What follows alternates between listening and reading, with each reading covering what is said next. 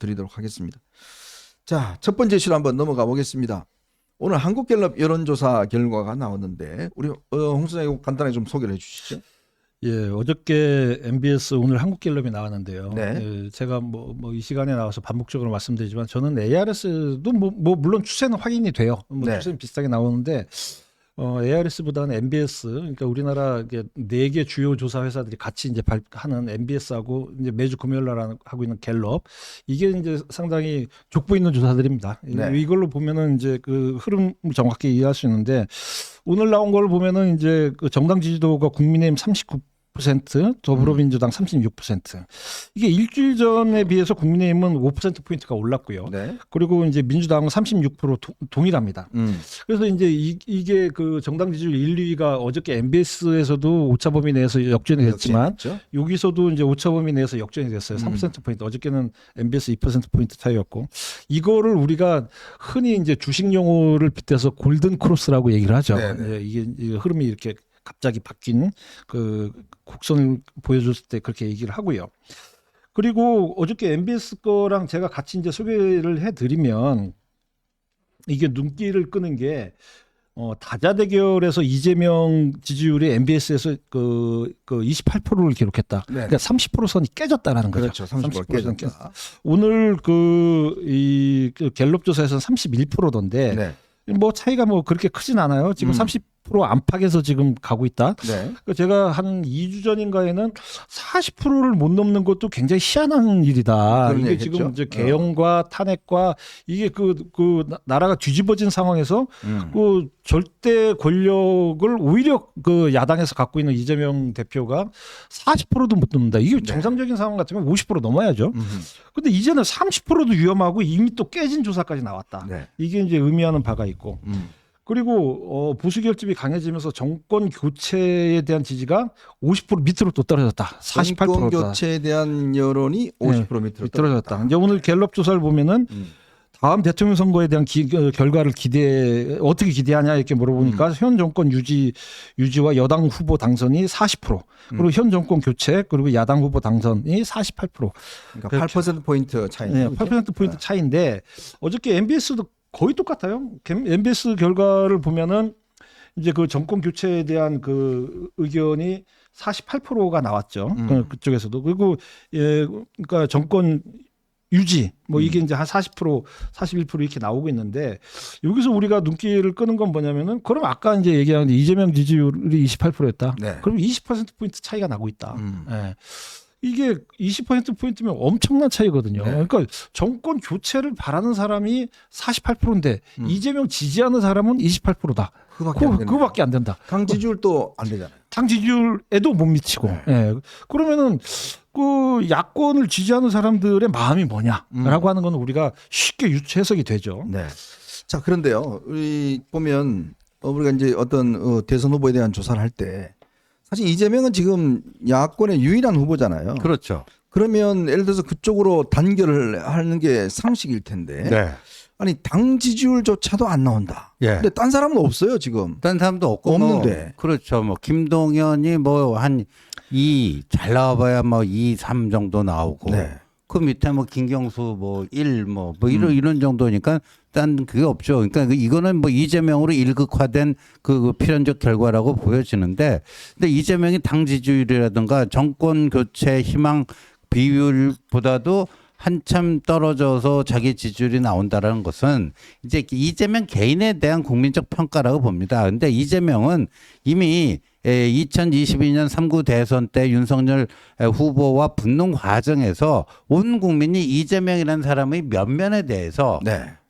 그 뭐 형수에게 무슨 말을 했다라든가 친형을 뭐 강제 입원 뭐 이런 또 의혹이 있다든가, 또 대장동, 백현동, 뭐 정자동, 뭐 성남 FC 수없이 많은 부정 비리 의혹이 또 있다든가, 그 다음에 또 이제 당을 다루고 뭐 하는 데서도 비명 행사. 근데 지난번 대선 그 과정 플러스 새로운 스토리가 또 많이 또 추가가 된 거 아닙니까? 작년 4월 총선 과정에서 뭐 비명행사, 친명횡재, 그다음에 개딸 전체주의로 당을 일색화시킨 사람들, 그다음에 자기에게 조금이라도 귀에 거슬리는 얘기를 하면 가차없이 쳐버리는 이런 모습들, 뭐 등등. 최근에는 뭐 전용기가 카톡 검열하겠다 해갖고 그거를 저는 이재명이 살짝 좀 이게 틀어줄 줄 알았거든요. 네. 오히려 한술 더 떠요. 왜 그걸 때려잡는 게 뭐가 문제라는 식으로 더 세게 물어줬잖아요. 이런 모습들을 보면서 이재명이 되면 있잖아요. 요즘 또 2030 오늘 보면요. 2030 여기서도 거의 이제 당 지지율이 비까비까 하더라고요. 네. 그런데 이제 제가 그래서 요새 이제 그쪽으로 좀 관심을 갖고 쭉 좀 추적 중에 있는데 요새 젊은이들 사이에서 많이 퍼지는 게 말이죠. 이재명이 대통령 되면 우리 한국이 저 홍콩처럼 되는 거 아니야? 중국화된다. 그렇죠. 예?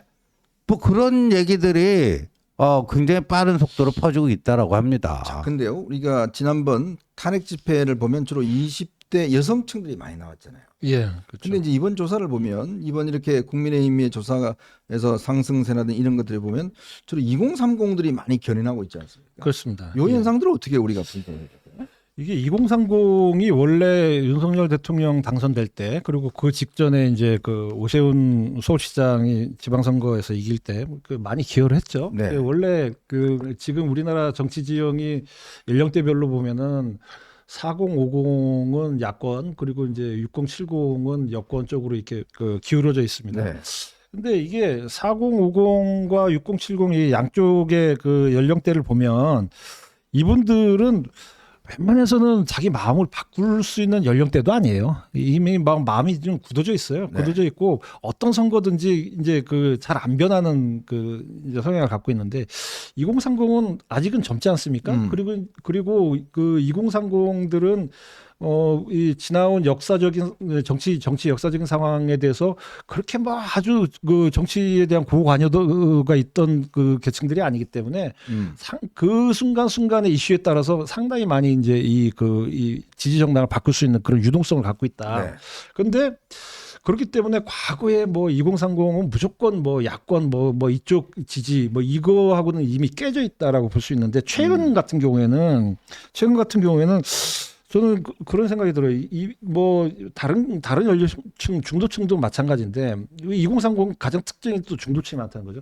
근데 그 이분들이 볼 때는 지금 윤석열 대통령이 이제 그 체포 영장이 집행이 됐지 않습니까? 네. 그러다 보니까 이제 드는 생각이 뭐냐면 그래 뭐 윤석열 대통령에 대해서는 뭐 어느 정도 이제 정리 단계로 간 것 같고 그럼 이재명은요? 이재명은요? 이런 생각들이 이제 나오기 시작한 거죠. 그리고 지금까지 이재명 그 대표가 그 본인의 선거법 그 재판이나 모든 재판 때 얼마나 시간을 끌었습니까? 근데 계속 말만 하면 그 헌재 빨리 해야 된다 이렇게 해요. 이거 내로남불이잖아요. 근데 조국 사태 때도 그렇지만은 사실 조국 사태 때도 가장 이 분노했던 계층들이 2030 아닙니까? 네. 그 핵심은 내로남불이에요.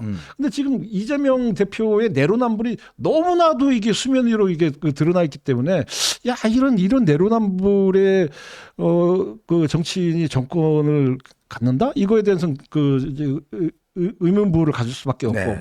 그리고 또 하나는 뭐냐면은 카톡 검열 얘기가 나왔는데 이 카톡 검열 사실 저기 50대 이상의 세대들은 검열에 좀 익숙해져 있어요. 그래서 뭐 이게 검열을 많이 받아왔고 그리고 뭐 또 군사정권 시절에 뭐 초중고등학교도 다녀봤고 그래서 이게 뭐 국가가 검열하는 거 뭐 그럴 수도 있겠냐라고 약간 좀 너그럽게 봐줄 수 있는 부분이 있지만 2030 절대로 그런 게 없죠. 자식들 그 휴대폰 한번 보세요. 부모가 자식들 휴대폰만 봐도 완전히 뒤집어지지 않습니까? 네. 근데 내 카톡을 누가 봐? 이거는 저기 야당으로서는 엄청난 그 실책이라고 볼 수 있습니다. 제가 요즘 주목하는 단어가 바로 이재명 포비아라는 단어입니다. 감독님, 제가 오늘 그 칼럼 쓴 거 한번 다시 올려줘 보시겠습니까? 이제 이재명 대표에 대한 어떤 이제 사람들이 요즘 포비아를 갖는 이유가 뭐냐면 사실 그동안 이제 윤석열 대통령과 이재명 대표 어떤 무슨 두 사람의 어떤 이 양자적인 적대적 대립 관계가 있다 보니까 나름대로 이제 결집하는 효과가 있었어요. 근데 지금 사실은 이재명 대표의 가장 강력한 적이 이제 윤석열 대통령 아니에요? 윤석열 대통령은 이제 사실은 이제 탄핵 소추나 이걸로 이제 가는 분위기다 보니까 바로 이제 이재명이라는 게 사람들한테 돋보이게 이제 보여지는 거예요. 그러면서 이제 미래 지금도 문제인데 미래 권력의 어떤 이재명 대표가 어떻게 이제 만들어 날 것인가. 그렇죠. 그거에 대한 공포감. 예. 이게 지금 사실은 굉장히 많다는 거 아니겠습니까? 그렇죠. 이제 윤석열 대통령은 이제 체포가 되고 오늘 이제 구속영장 청구되면은 뭐 이제 구속될 가능성도 있고요. 또 헌법재판소 재판을 통해서 또 탄핵되면 대통령직에서 파면되고 그러니까 역사의 무대에서 이제 곧 있으면 사라지지 않겠느냐 뭐 이런 가닥이 좀 잡혀가고 있는데 그렇다면 이재명 너는 이렇게 묻는 거 아닙니까? 그러니까 이게 이재명이 여태까지 굉장히 커다란 착각이랄까 아니면 착각이라기보다는 이건 아주 중대한 오판이라고 보는데 윤 대통령이 이제 그 계엄과 탄핵을 통해서 만약에 파면에 이르게 되면 자기가 완전히 이 모든 거를 쥐고 흔들 수 있는 자기가 독주할 수 있는 새로운 세상이 열릴 거라고 생각하는데 그게 바로 커다란 오판이라는 거죠. 중대한 오판이라는 거죠. 사람들이 이제 그럼 이재명 너는 이걸 다 묻고 있는 거예요. 그러니까 지금 우리 현정님이 오늘 쓴 저 이재명 포비아 번지고 있다는 것도 마찬가지고요. 그리고 어제 조선일보 양상훈 주필의 그거 이도 안 되고 저 윤도 안 되고 이도 안 된다. 근데 오늘 보니까 동아일보 또 이기용 칼럼도요. 똑같은 거예요. 똑같은 우리 현정님 칼럼이나 어제 양상훈 주필 칼럼하고 똑같이 대한민국 좌우의 혹이란 이게 둘 다 떼어내야 된다. 네. 그래서 이런 것들이 굉장히 지금 광범위하게 우리 사회에 이제 그 퍼지고 있구나 하는 것을 확인할 수 있습니다. 그러면요, 홍 원장 보시기에 이제 그러면 문제는 이제 우리가 이 이재명에 대항하기 위한 어떤 그러면 이제 이 보수 진영에 이제 앞으로 어떠한 이제 준비를 해야 될 것인가 이 문제지 않겠습니까? 그렇습니다. 이번 조사나 MB의 조사 보면 이제 차기 후보에 대한 어떤 여러 가지 조사가 지금 좀 나오잖아요. 예. 이걸 어떻게 지금 봐야 될까요? 그 차기 후보 말씀드리기 전에 그 이재명 포비아에 대해서 이제 네네. 한마디만 제가 더 덧붙이면 두 마디 하셔도 돼요. 최근 대한체육회장 선거가 있었잖아요. 맞아요. 그거를 보면 유승민이가 됐죠. 예, 유승민 그 과거 이제 탁구 국가대표 선수가 의외의 결과를 그랬죠. 가져왔잖아요. 그 유승민 선수가 34.5%, 이기영 전 그 회장이 31.4% 간발의 차이로 이겼어요. 이거를 제가 이제 그쪽 관련자들한테 제가 얘기를 들어보니까 사실은 이게 이기영을 대항했던 후보가 5명이나 나와서 6자 대결을 벌였단 말이죠. 네. 원래 단일화를 하려다가 그 단일화도 안 돼갖고 그래서 그렇죠. 손쉽게 이기영이 이긴다라고 이제 예상이 됐는데 결과는 그 놀라운 결과가 나왔어요. 네. 그래서 그 이유가 뭐냐 그랬더니 아니 이 대한체육회장 선거도 사법 리스크에 대한 우려가 그렇게 컸다. 그래서 이게 지금 뭐 다 아시다시피 그 지난 작년 8월 파리 올림픽 그 이후에 그 안세영 선수, 배드민턴 안세영 선수가 그 체육회 비리 폭로를 했잖아요.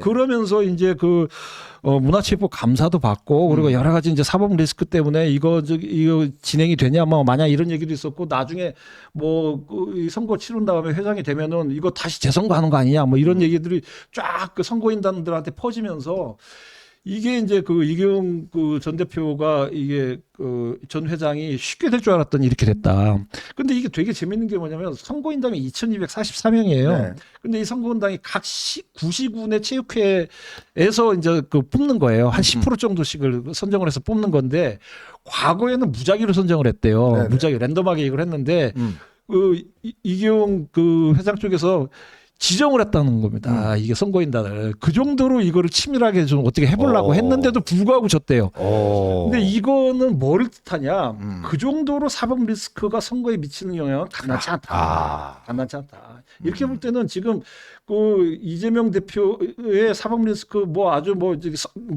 20 되기 전에만 뭐 선거하면은 뭐 충분히 이길다. 20 나오면야 뭐 더더군다나 그 영향이 커지겠지만 그게 아니더라도 국민들 사이에서는 이런 그 사법 리스크에 대한 우려가 쫙 퍼지고 있을 때는 전혀 의외의 결과가 나올 수 있다라는 아주 명확한 전례가 지금 이게 좀 볼 수 있습니다. 사실 여러분 대한체육회장은요 대충 뭐 옛날부터 보면 다 기업인들이나 아주 뭐 유명한 인사 노태우 대통령도 대한체육회장을 했어요. 맞아요. 다 이제 그렇게 원로들이나 이런 분들이 했는데 처음으로 이번에 이제 40대 유승민이라는 정말 이 탁구 국가대표 된 거 아니겠습니까? 그렇죠. 저는 그걸 보면서 이게 지금 시대적인 어떤 흐름이 맞습니다. 결국 세대 교체 문제 세대 교체도 아닌가? 맞아요. 예.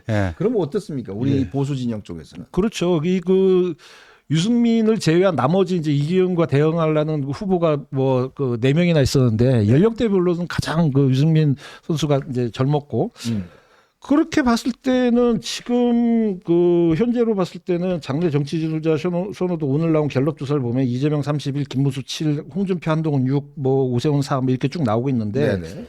어저께 MBS 결과랑은 좀 다르죠. 좀 달라요. 한번 보여줄까요, 예. 이거? 예. 그 일단 각 후보들 지지율 나온 거. 어제 일단 갤럽 거 MBS 는 한번 보여주시고. MBS는 김문수 장관이 한 13까지 나오죠. 13%까지 나왔죠. 자, 여기 보면 이제 이재명 31, 김문수 7, 홍준표 6, 한동훈 6, 오세훈 4, 이준석 2 이렇게 돼 있습니다. 예. 자, 그리고 요거 어제 MBS 조사 하나 보시면 김문수 13, 홍준표 8, 오세훈 6, 뭐 한동훈 5 이렇게 돼 있습니다. 근데 제가 이걸 보면서 느낀 거는 좀 이재명이 한 30% 정도 이제 된다라는데 나머지 이제 그 여권 후보들을 다 합치면 한 25% 정도 되더라고요. 25%. 그러면 처음보다는 많이 올라갔어요. 이게 합친 숫자가 많이 올라갔고 그리고 오늘 갤럽으로 봤을 때는 도대체 누가 여권의 후보가 될지는 점칠 수 없을 정도의 네네. 지금 1% 뭐 2% 차이밖에 안 되고 있다. 네. 이분들이. 그렇게 봤을 때는 이게 앞으로 어느 쪽으로 여권 지지층들이 몰아주느냐가 이제 초미의 관심일 텐데 아직은 이 그 의견 유보층이 국민의힘 지지층에서도 37%에 달하는 마음을 정한 분들이 없군요. 상당히 많습니다. 상당히 많기 때문에 이제부터 시작이다라고 볼 수 있고 제가 볼 때는 이제 뭐 오늘 내일 대통령 구속이 이제 어떤 식으로든지 결정이 되고 그 다음에 이제 한동훈 전 대표의 이제 행보가 이제 어떤 식으로 이제 앞으로 보여질 건지. 최근에 뭐 전혀 메시지도 없었어요. 예, 그죠? 전혀 메시지가 없습니다. 한 달 동안 이제 딱 한 달이 지났죠. 네. 그때 끝난지. 그리고 이제 구정 민심이 어떻게 흘러갈 건지, 네. 구정의 밥상 민심이 어떻게 흘러갈 건지, 그리고 헌재 인용이 어떻게 날 건지, 뭐 이재명 2심 그 재판이 어떻게 진행될 건지 아직은 이벤트가 너무 많습니다. 네. 그리고 그 이벤트가 있을 때마다 여론은 엄청나게 요동이 있을 겁니다. 그래서 지금의 여론에 대비해서 변동성이 굉장히 클 수밖에 없다라고 보여지고 있고요. 그런데 이제 또 하나 그 관심 가지는 건 뭐냐면. 지금 야당은 전당대회 뭐 후보 경선이라는 게 아무 의미가 별로 없어요. 의미가 없죠. 아무 의미가 없어요. 아무 의미가 없는데 지금 여당은 아까도 말씀드린 대로 초미의 관심일 수밖에 없어요. 컨벤션 효과가 예. 있겠죠. 컨벤션 효과라는 겁니다. 그래서 컨벤션 효과가 무지막지하게 날 거다. 네. 이게 그 지난 2017년 때도 그 탄핵 이후에 이 그 선거가 치러질 때 이쪽에서 이 컨벤션 효과가 꽤 있었거든요.